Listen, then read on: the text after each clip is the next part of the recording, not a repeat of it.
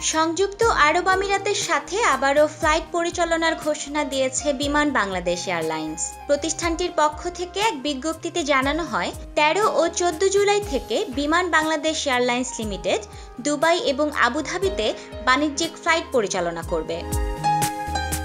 13 জুলাই হতে ঢাকা-দুবাই ঢাকা রুটে সপ্তাহে সোম, বৃহস্পতি ও শনিবার পরিচালনা করবে।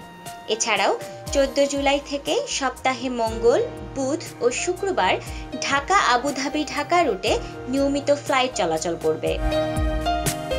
বিমানের পক্ষ থেকে জানানো হয়েছে, ভিজিট ভিসাধারীদের যাতায়াতে কোভিড-19 পরীক্ষার রিপোর্ট অবশ্যই প্রয়োজন হবে। এর আগে 6 জুলাই থেকে ফ্লাইট চালুর ঘোষণা দিয়েও তা পরিবর্তন করেছিল বাংলাদেশ বিমান কর্তৃপক্ষ। ডেস্ক রিপোর্ট, প্রবাস বার্তা।